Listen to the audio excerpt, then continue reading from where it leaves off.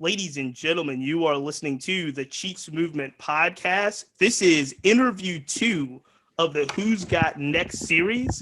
It is my honor to be joined by Alexsis Rodgers, who is running for mayor. This is Alexis's first time running for public office, so we'll get into a lot of that. But Alexsis, welcome to the show. Thanks for having me. Excellent. I'm going to jump right into it, and I'm going to start with the question you probably hear the most about, which goes to the kind of level of experience. I'm going to talk about the experience question because that is one that always seems to be asked one way or the other. And as I mentioned in the intro, you've never run for political office before. This is your first time.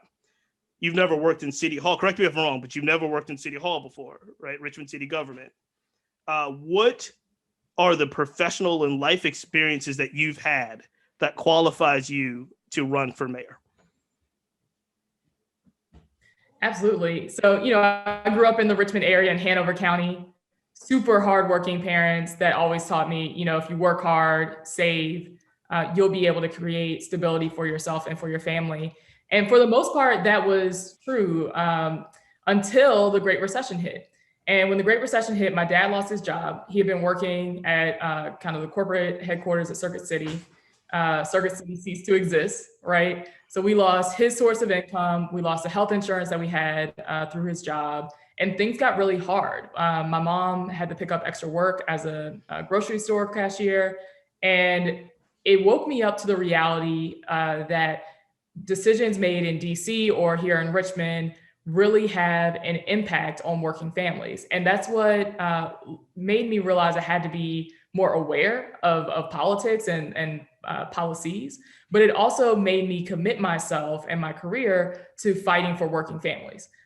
So, as I went forward through my professional career, I've worked in expanding access to healthcare, making sure that, through Medicaid expansion, more folks were covered, or in my current job, trying to expand access to workplace protections for domestic workers. And we were able to pass the first ever wage protections for nannies, cleaners, and home care workers. All of my experience and my record has been about fighting for working families, and Richmond City, I think now more than ever, needs a leader at the helm that is going to fight for working families and not be beholden to corporate special interests and not back down when things get hard or when we're in times of crisis. So my experience is in managing teams, building coalitions, trying to make sure that we are doing for our community. And I think that is the kind of experience that a mayor should have, because while the mayor is a CEO and casting the vision for the city and trying to bring people together, ultimately the CAO and other folks in City Hall are driving the ship on a day-to-day basis. So I think it's really important that the mayor is able to hold that team accountable, is skilled in leadership and team building and management, so that at the end of the day, we have good working relationships with council and school board and CAO to make the best policy decisions for the city. And let's follow up on that as well, because Richmond government is approximately 4,000 people, give or take. A lot of full-time employees, several have been through several administrations, right? You're coming in as a candidate to change and kind of changing the way that City Hall works. How do you navigate how do you assess and navigate the current bureaucracy at City Hall, and what do you envision is the best way to navigate that, knowing that, a lot of the employees are longtime employees that have been there through several administrations? Yeah, so whether it's been in board leadership, nonprofit board leadership, or, when I was working for Northam as his policy director, I've come in mid-stride for organizations and needed to figure out how things work, where the bathrooms are and what's not working. And I think what we have in the mayor's race right now is someone who has been at the helm for 4 years, someone who has been there in council and school board leadership for 12 years. And we still know that we and that haven't been urgently addressed. So as an outsider, but as someone also who has inside government state experience, I'm able to bring those worlds together, I think, to learn the systems, to figure out how we can be more effective in delivering city services and to get workers the support they need to do that. Because I think right now, also what we have in the field is some folks who say, everything's broken. City workers are not doing their job. They're delivering, terrible services. Who would want to work for a boss like that? I mean, for me, I know that there are a lot of employees at City Hall that are showing up every day, trying to do their best, but they don't have the systems in place to support them. So as mayor, I want to come in and figure out what's going on, figure out what changes we need to make systemically to make sure that we're not only improving the services, but also making sure that every city employee, those 4,000 city employees, all have a good experience showing up to work every day and serving our city. This one, and for the audience, you are freezing a little bit. We're just powering through that, Alexis, but I wanted to let you know that we're freezing just a tad bit on your video. I can basically hear everything you're saying, but I want to keep going because I want to be respectful of your time. But if the video does freeze, it's happening just a tad bit. What do you say to those folks that say, I really like Alexsis Rodgers. I like everything she's saying. I love the way she's campaigning. And I will tell you, I think you're running a great campaign. And I've told you this privately, and I'll tell you this on the air. I think competition makes for better races. I think competition makes for better elections. So the more people in the field throwing out creative ideas and forcing people to respond to those ideas or come up with ideas of their own, I think makes for a better electorate. So, but what do you say to those folks that say, why not school board? Why not city council? I like everything she's doing, but put, in the CEO in the driver's seat right away. I don't know if that's too ambitious. Yeah, I mean, I think those people would assume that I just wanted to run for office and I picked mayor because I was bored, but that's not the truth, right? I decided to run for office because there was a specific lack of leadership in the mayor's office that we need in 2020 and that we'll need for the next 4 years to make sure our city not just recovers, but is rebuilt in a way that serves working people. If I just wanted to run for office, I don't think that would make me a good politician or a good governor, in whatever position. I think, when you're called to serve, you should be thinking about, is it the right time for you? Is it the position that you are able to competently serve in? And, my skill set, my background, my experiences, and the policies that we've pulled together, listening to the community, I think best prepared me to serve for mayor this year. What are some of your day one top priorities? So when if elected, you come into office. I've been following the race extremely closely, and I know that it seems like every form there's 15 issues, right? There's like a ton of issues that everybody has answers for. But I think I wrote in a piece where I got hit on this a little bit, but I don't think mayor is as much a matter of experience as it's a matter of priorities. If elected, what would be your top, say, 1-2 priorities that you would have to address before addressing anything else? Yeah, I mean, I think coronavirus has given us this mandate to realign our government in a way that is of necessity, right? So we know that we're going to have, economic impact for a period of time. It's uncertain depending on how long the public health crisis goes on. And we know that because of the public health crisis, a lot more of our work is happening remotely and a lot more of our learning is happening remotely. Now is the time for us to be looking at government overall and thinking, what is the 22nd century government going to look like? And how can Richmond right now start preparing and realigning our entire government towards that goal and bringing more equity into the equation for that? So I think my top priority has to be making sure that Richmond, whether it's in economic development, the industries that we recruit, or in public education and how we fund and provide quality education for young people, is through the lens of this new foundation that's been set, through unfortunate circumstances. And then I think number 2 has to be on housing. I mean, directly on housing, because the eviction crisis started long before we have to, I think, urgently work with city council and other community leaders to make sure that we're opening up more multifamily housing in our community, that we are more boldly investing in permanently affordable housing through a land trust fund or other nonprofits. And I think, unfortunately, this mayor's administration and council have not tackled that issue seriously enough. That work's gotta start now. Let's dig into affordable housing a little bit more, because you have spoken to that, and you've spoken to the eviction issue, the eviction crisis we have in Richmond. What specifically do you see that can be done, one, to curb the eviction numbers, and then two, to build a robust affordable housing that doesn't necessarily, mixed use housing that doesn't lose the identity or gentrify completely the identity of our historic neighborhoods? Sure. So on the eviction issue first, we know right now that many of the people who are still getting kicked out of their homes, even during coronavirus, are tenants in mega landlord units. So, and often a lot of these mega landlords are bad actors and not community minded and not trying to do whatever is best to be able to keep people at home safely. So, in my opinion, the mayor and the city has an interest in standing up to those bad actors and making sure that, to the extent possible, we are not allowing mega landlords to profit off of the cycle of poverty and to use the eviction crisis as a core model of their business.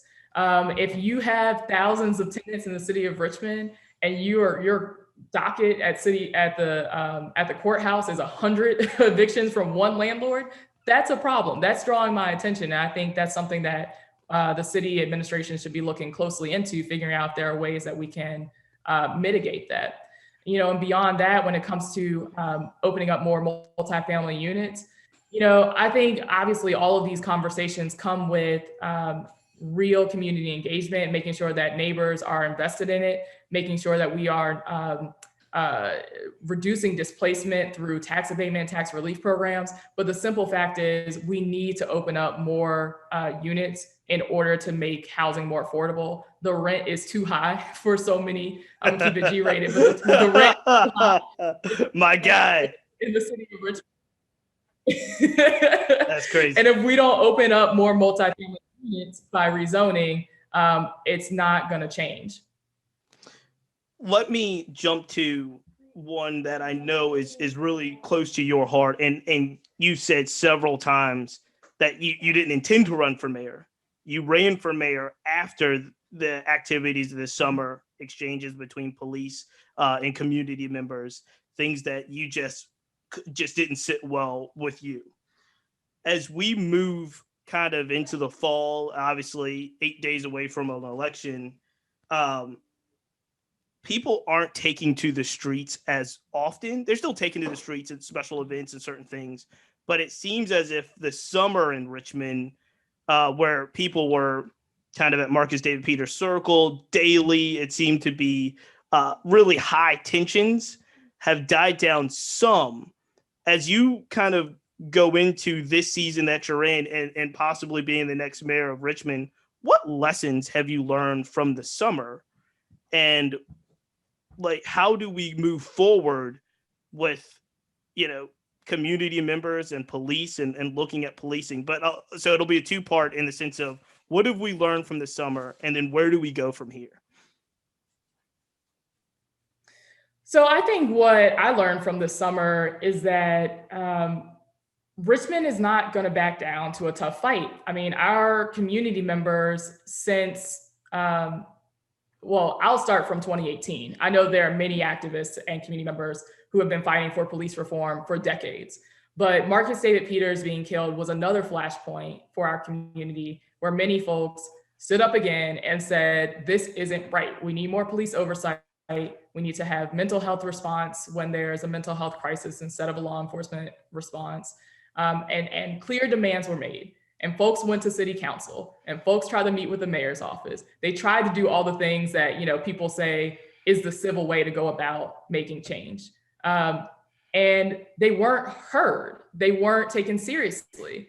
And so years later, when there's a national outpouring of support for change somewhere else, Richmond was mad because Marcus's family and Justice and Reformation, the advocacy community that rose up in response to Marcus's murder, was not given justice 2 years ago. And suddenly people in their neighborhood cared about Mr. George Floyd, Miss Breonna Taylor, and Tony McDade, keep naming the list. Why didn't you care about Marcus David Peters, and why haven't you acted in response to that? So yes, people took to the streets, but it wasn't the same energy from May 2018. It was pent up frustration years down the line. So to me, what I took away from that was you can be proactive about addressing these issues. When they happen in your community, you need to be listening to your community members. It's so much easier to point fingers at some other government and say, look at those police officers over there. It's much harder to look your face in the mirror and say,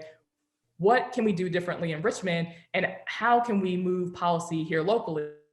I think that's a misstep from this mayor's administration, and something that I would take into my administration is, when there's a crisis here, how do we make sure that we get ahead of it so that it doesn't build up over time? And then you'll have to remind me the second part of your question. Well, I want to follow up on this one too, because I do think a lot of people ask me, and the challenge that they have is, at this point, what does justice for Marcus David Peters look like? Does it look like Marcus Alert, which seems to be passing? Does it look like Citizen Review Board, which most of the candidates running for mayor that are in the front runner seat seem to support? Does it look like reopening an investigation, in the sense of, say you're elected mayor and we're in a Rodgers administration, you call for a reopening of an investigation, you've said you've supported that, it's still the decision, right, of the Commonwealth Attorney if they do that, is that right? And then if they, in the previous Commonwealth Attorney, cleared the officer, and so what does justice for Marcus David Peters look like in 2020, 2021, 2022? Yeah, so I mean, of course, real justice would be Marcus still being here and having gone home from that encounter with the police. But, I think to this day, and I would say further that, like, really Princess and Marcus's family should be the ones to determine what justice looks like for them and their family. That's a good point. I don't want to dismiss them. That's a good point. And I want to be very clear, because I know it's a sensitive topic. I think you're exactly right on that. I also am interested to see how it looks in the Rodgers administration. So speak from that angle and not necessarily from what you think the family should do. Does that make sense? We are in 2020 and everybody's going through Zoom, and you can see it. So we had a Zoom issue, and it looks like we're still having a Zoom issue. Alexis, can you hear me? No. I hear hello now. I see you waving. No, it's just going in and out. I'm so sorry. Okay. That's okay. I was just like, I don't know what you're saying. No, it's going so well. Okay. We were talking about Marcus David Peters, and you brought up a really great point, that justice for Marcus David Peters really should be determined by the family. And I was saying, I agree with you 100% on that. So irregardless of that, and I want to be respectful because I know it's a sensitive topic for their family who's been advocating since 2018. What does a Rodgers administration look like to address those issues? Did you hear the end of that or no? What does what does a Rodgers administration look like to address kind of that type of issue and the issue of policing as we move forward? Yeah, so when Commonwealth's Attorney Herring did the report that did the investigation, and the report that said that basically the officer followed protocol and that there was, nothing that he did wrong that would require, criminal charges or what have you, that drew concern to me as just a citizen. I think I was working still at Planned Parenthood at the time, because to me, if that was what was supposed to happen in that scenario, then we have the wrong protocols in place, and we should have new policies for how the police department or our community what is the public safety response in that issue, in that scenario. So under my administration, whether it's through a civilian review board that has that authority, or otherwise, we have to set forward new policies for how we respond to instances of mental health crisis. And I think we have to work with the stakeholders and the experts at that, instead of asking the police, what do you all think you should do differently in these scenarios, because they're not trained, they're not clinicians, they're not behavioral health experts.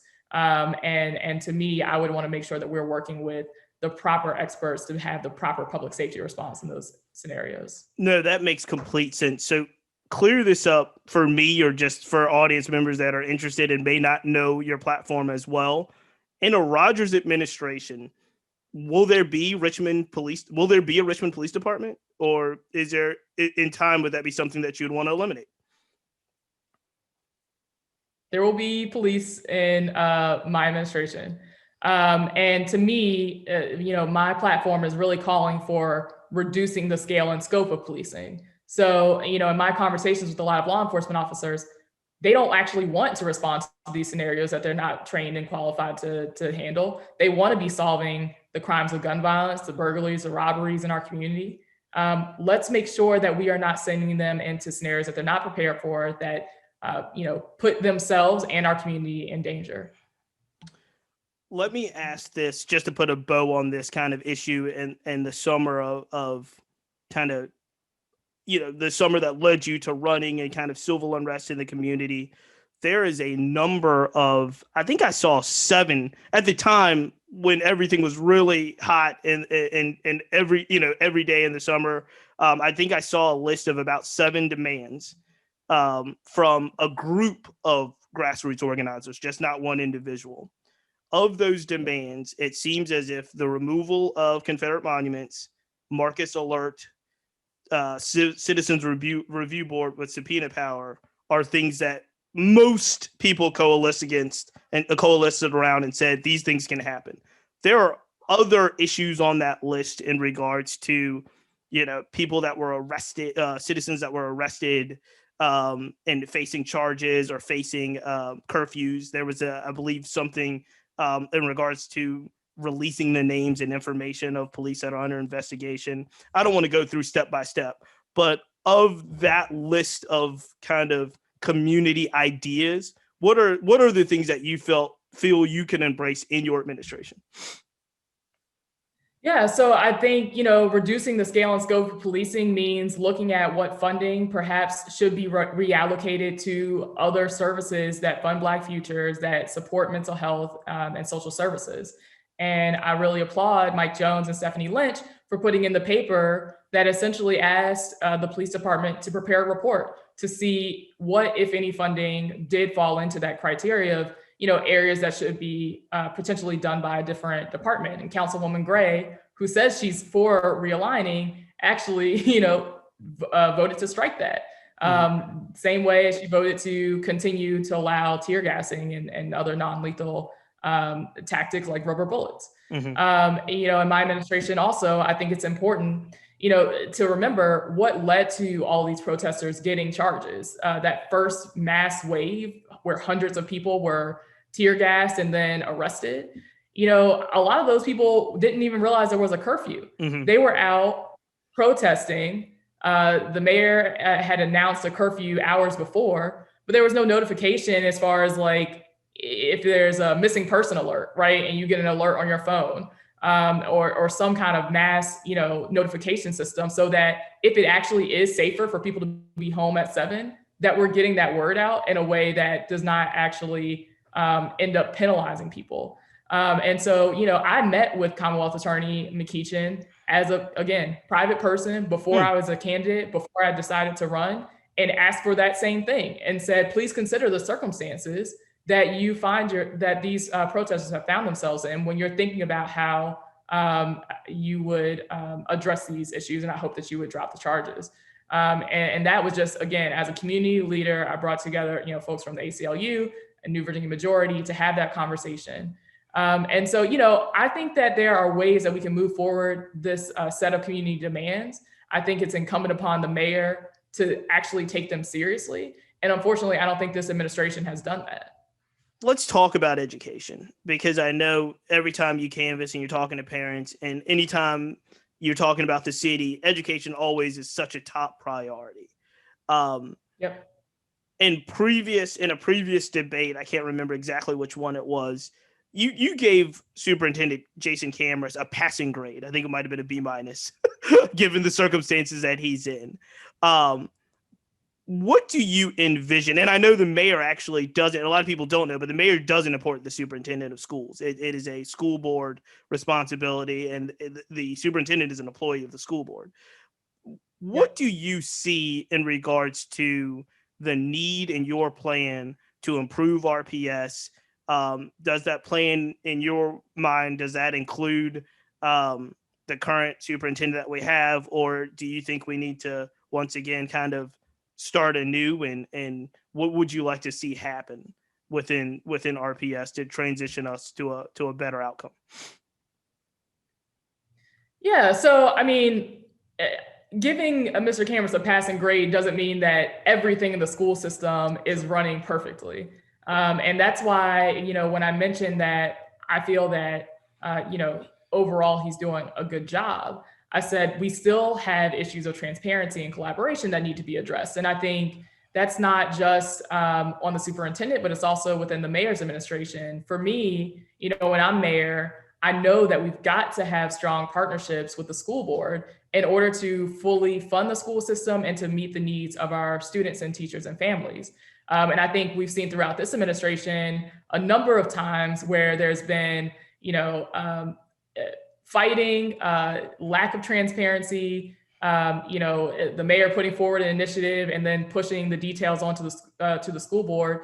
To be really specific, earlier this year with coronavirus, we saw very clearly a need for childcare. The mayor said he wanted to commit funding for childcare services. And then a week or so later, as it comes out, actually the school board is responsible for the MOUs with child care service providers. And they're actually holding all the legal responsibility and liability. And the mayor hadn't actually worked collaboratively with the school board to figure out those details. To me, that's a clear issue and a clear way that shows that the mayor needs to be, this mayor has been kind of trying to make his own headlines without necessarily thinking about the impact on who else is involved in these important decisions. The idea of an education compact between the mayor, the school board, and city council seemed to be a welcomed idea at the start of 2016. In practice, it did not work that way. People did not show up. They didn't have a lot of collaboration. Is that an idea that you would try to revive, or would you have a new idea for collaboration in education? No, so it was a good idea. Again, the mayor's idea, right? And that's okay, but you got to get buy-in from the people who have to be a part of it. You can't just say, I want more collaboration, so I'm going to do it. You have to go to the school board, city council, and other players and actually make sure they have a stake in it as well. Because ultimately, as well-intended as the education compact was, like you said, there wasn't that engagement, and it's easy enough to blame those people now. But if we wanted to successfully have collaboration, then it's incumbent upon the mayor to do whatever is necessary to get that input and that buy-in from the other stakeholders. No, that makes complete sense. Here, tell me why. So I wrote a profile, and in my profile of all the candidates, they had a lot of assumptions in them. They were just like Mark Cheatham assumptions, right? Cheats movement assumptions that could be right or could be wrong. Tell me why I'm wrong on this one, which this is just me. This doesn't even come from the audience. But my knowing of your reputation and history seems as if you have well thought out plans. And it seems as if you have the ability to execute. Like when you were working for the now governor, you were executing. When you're working for Planned Parenthood, you were executing. Down to your current job, you're executing. And it seemed, I wrote that you strike me more of a leader that uses like a pragmatic leader instead of an ideological leader. When you're campaigning, campaigns are all about ideas. You can say, I've got an idea for this and this and this and this. tell me how do you describe your leadership style? If I'm off, it's off in the way that I'm like, hey, Alexis is effective. She gets the job done. She's moving the ball up the hill. But candidate Rodgers for mayor, candidate Alexis is hey, I got an idea for this. I got an idea for this. I got an idea for this. Is there? I know they're the same person, but tell me if I'm wrong. Are you more of a kind of pragmatic leader or more of a, hey, let's go for the big idea, home run leader? So I think there's somewhere in between where you look at the big idea and say, what are the steps towards that big idea that we take every single day? So for example, when I was president of Virginia Young Democrats, we knew that we weren't being as trans inclusive in our organization, and that we needed to take tangible steps towards being more inclusive of transgender folks in our organization. And we knew that we had issues of sexual violence and harassment in our organization. So we had to take tangible steps towards that. So I introduced policies within our organization to ban sexual harassment, to clearly outline what would happen if there was an instance that needed to be investigated. For transgender inclusion, we changed the way our bylaws looked to be more affirming of different gender identities. And by doing that, we took steps towards the bigger goal of being more welcome, being a safe place for young people to learn. And for me, when we're talking about healthcare expansion, I want everybody to have access to healthcare. What does that look like from a city government level? That means making sure that health centers can get permits in a timely fashion to do their business, right? So I think there's a middle ground where you can paint the bold vision that gets people excited about voting for you, about living in a community that is safe and welcoming for everybody. And then you have to break it down and say, here's how the rules work and how we use the rules to make that vision a reality. And I think what we've seen in some other candidates in this race and past administrations is that big, bold vision is just a big, bold vision. It's too hard to get there. Instead of saying, that's a big, bold vision. It's going to take some time, but here's the steps that we need to take today in order to get there. And I think that's the kind of leader I've always been, is someone that loves reading the rules and the policies and the procedures and using them for good, instead of saying, we have all these rules in place, it just doesn't work that easily. Sit tight and just trust me that we're going to try to do things better. Is there any fear? Because I have a lot of fear and I wrote about this and it may be misplaced, but do you have any fear in regards to, if and when you get put into office, that the people that put you into office on the idea of I would say, a progressive platform, is there fear that if it's not moving fast enough, if there's not enough success? I know these are kind of luxury questions in the sense of what happens in a Rodgers administration, but I wrote that I'm not like, I think Alexis is running a really good race. I worry about if Alexis Rodgers wins, then how does that work in regards to,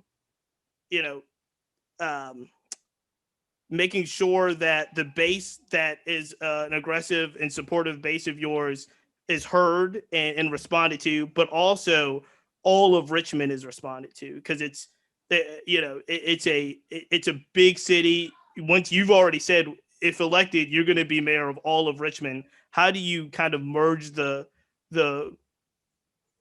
kind of coalitions, if you will? Does that make sense? I don't know if I asked that correctly.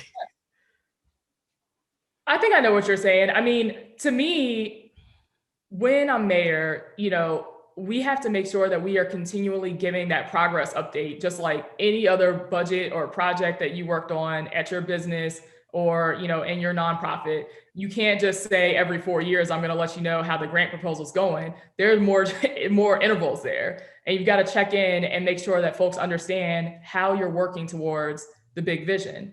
And something that, I've been thinking about a lot here, especially as I've been canvassing and campaigning for the last few months, is canvassing shouldn't stop. Because I think what people really start getting fearful and mistrustful of their leadership is when they come back around every 4 years saying, here's what I've done for you, instead of being a regular presence in the community and helping them be a part of the solutions that you want to see. So, there is a clear mandate, and there will be a clear mandate when I'm elected, that these ideas are ideas that Richmond wants to see, that means that there are people who want to be, who should be wanting to be engaged in the process to actually make them a reality. So, whether that's showing up at council and pushing their members to support the agenda, whether that's, making sure that we are putting, people in the General Assembly that are going to help give us the tool sets that we need for some of these ideas. But I think, making the path for, Alexsis Rodgers administration means that there's the community support for the agenda to be able to get it done. All right. And for those that are listening, this is Alexsis Rodgers. She is a candidate for mayor. This is interview 2 out of 3 of the Who's Got Next series. And we're really, really appreciative of Alexis's time. And we're going to wrap up on a couple of questions that I feel that came directly from my audience that they just want to get your input on. One is this one's kind of a loaded question, but it did come from an audience member. I do kind of am interested in regards to economic development in Richmond and larger economic development projects. We've heard a lot about, and I'm not just talking about Navy Hill and the downtown stadium plan, but we've heard a lot of, I guess, in circles now, and it's we've heard about Dominion and we've heard about Altria and we hear about places like Capital One, and in politics, it's easy to kind of highlight their PAC money or say those private sectors are bad actors in certain areas, and I'm sure, and I know that they're not perfect in a lot of environmental issues and certain things. However, when you look in Richmond, especially in the region, about the top private employers and how many people, Dominion, Altria, even to VCU employees, if you include the health system, so many employees that make up our city. How do you navigate holding, private companies like that accountable in administration, but also knowing that, big private corporations like those, and like I said, VCU, are really big economic drivers for the city and the region?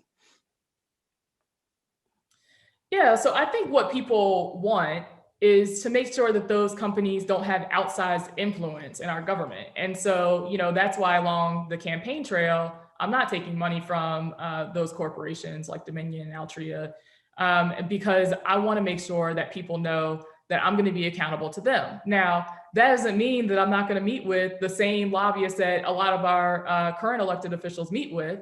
But what it does mean is that I'm not planning to center their interests when it comes to how we develop downtown. But I'll give them a seat at the table the same way I'm going to make sure that there's a strong community voice at the table. And I think there's a difference from what we've seen in Mayor Stoney's administration, which is starting with the interests of some of these large private developers in mind, or large corporations in mind, and having a relationship with them. Like, those are two different things.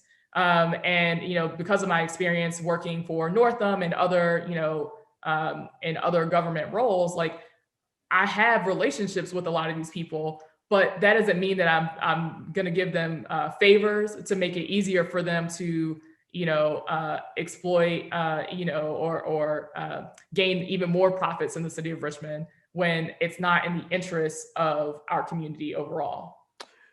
You get really high marks in 2 areas, and probably way more than that, but 2 policy areas that your platform, transportation and environmental issues. Really quickly, for the people that are listening that may not be familiar with your ideas for transportation and environmental issues in Richmond, can you quickly, because I know we're running close to time, but quickly touch on those, because that's something that I know people are really excited about. Yeah, so on transportation, number one, a lot of people don't realize, but the same people that are responsible for leaf collection, sewage, and other public works are also responsible for bike lanes, multimodal transportation, connectivity, sidewalks in our city. And I think that's too much. A lot of modern and growing cities have a Department of Transportation that is directly responsible for the state of our streets. And I think that will help us make sure that we are really investing in equitable transportation. I also have identified that through our team that for about $6 million annually, we can keep GRTC permanently free.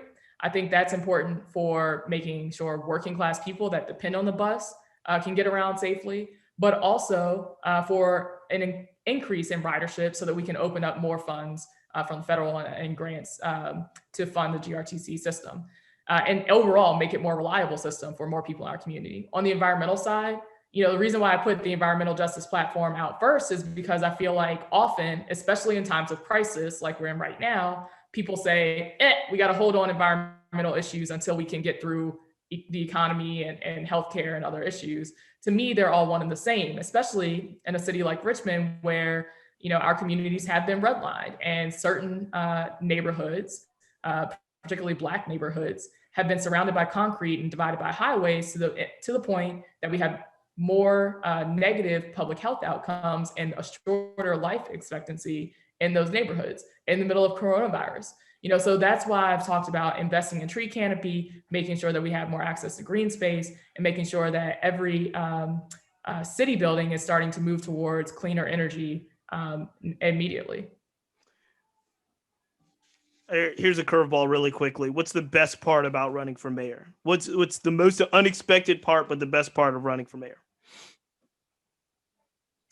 The most unexpected part is hearing the various reasons why people support you. I mean, because I think for a lot of people, you might think, oh, Alexis has a kind of supporter. And for me, every single day that I hear from a new supporter, it's like, you never know why they might have decided to support you, whether it's, oh, wow, you really impressed me in the debate, just how you carried yourself, or you're the only person that I've heard mention X issue ever in a debate. You're the only person talking about language justice.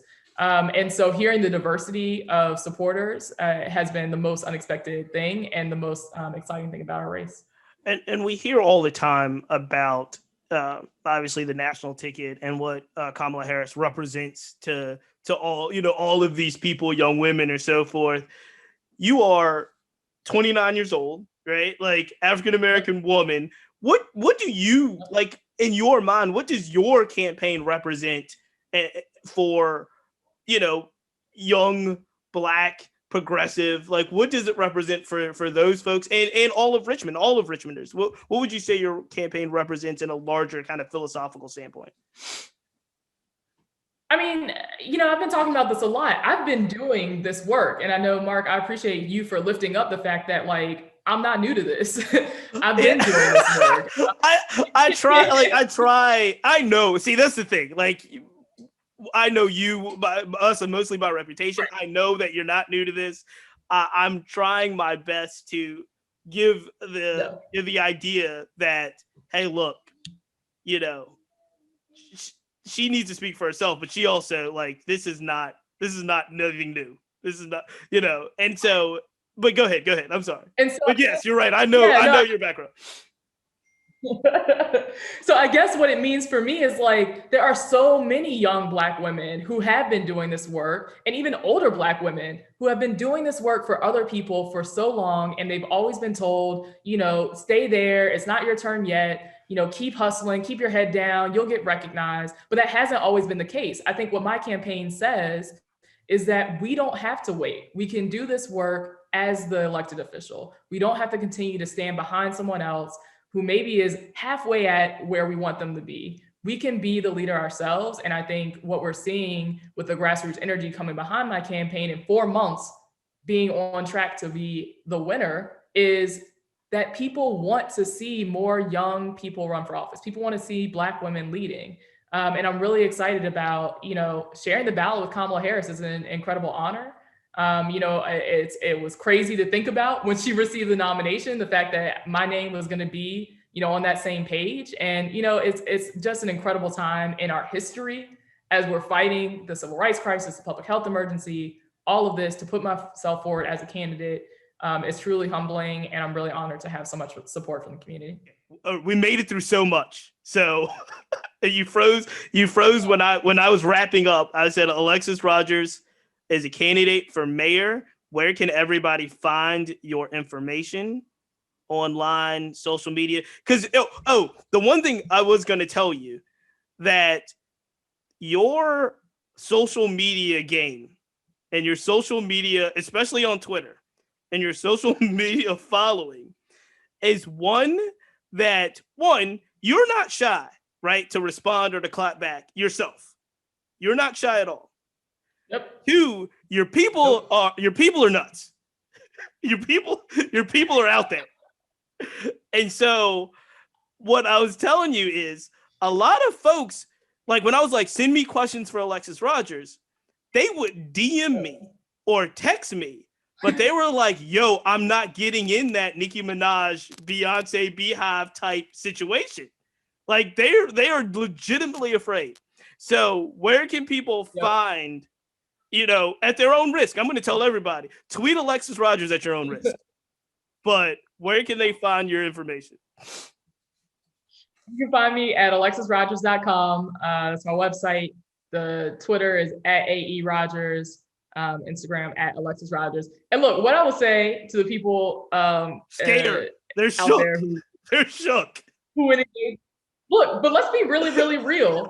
Black women need that kind of energy to defend their records and their campaigns, because we saw what happened to Kamala in the primary. We've seen what happens to other Black women when they step forward. So, I'll certainly want to make sure people are respectful, but we need some energy. No, it works for me. No, it works for me because at least like of the other candidates, they literally just tweet things and then don't respond. They'll tweet out like informational stuff and just have a row of comments and never answer any questions, never respond to anything. And for somebody that spends a lot of time on Twitter, I'm trying to spend less because this election has been too much. But I'm like, that's kind of whack. Like, I need you to at least, if you're going to tweet out, here's a picture of me doing something, like you should be able to respond to the person that's like, hey, where's that at? Right. But I'm telling you now, your people are a different level. Like, it's a whole different level. And so, I mean, I'm like, yeah, you've got to be a Twitter level 10 to be able to mess with the Rodgers folks. I'm just letting you know. With that said, Alexis, best of luck as you continue these 8 days. I know it gets to a point now for everybody that's campaigning where it's just muscle memory and you kind of feels like Groundhog's Day in many ways. But it's been impressive to see the energy you brought to the entire field. So I can tell you now, and I'm not speaking out of school, a LeVar Stoney, Kim Gray race, and whoever else was a race that it was setting up to be before Alexsis Rodgers entered the race was a different race. This race, with you in the race, the ideas that you're presenting makes the race better. And I think that's why we should have people run for office. There's a lot of folks that are at this point, they're like, the system is broken. I'm not even trying to run for office. I'm not trying to deal with it. I'm going to go vote. But the idea of having good people that I know to be good people, whether you agree politically or not, run for office is, I think, what we need. And I think it encourages people to be a part of the system that, is imperfect. It's not perfect, but I do think that's what you're bringing to the race right now. Once the election day is over, you can text me the next day. Don't text me on election night. Text me on the next day and tell me why I was wrong about everything and why I'm right about everything, because everybody does. Sounds good. Everybody does. So best of luck. Best of luck as you go through. This is the Cheats Movement podcast. Who's got next? Until next time, we see it.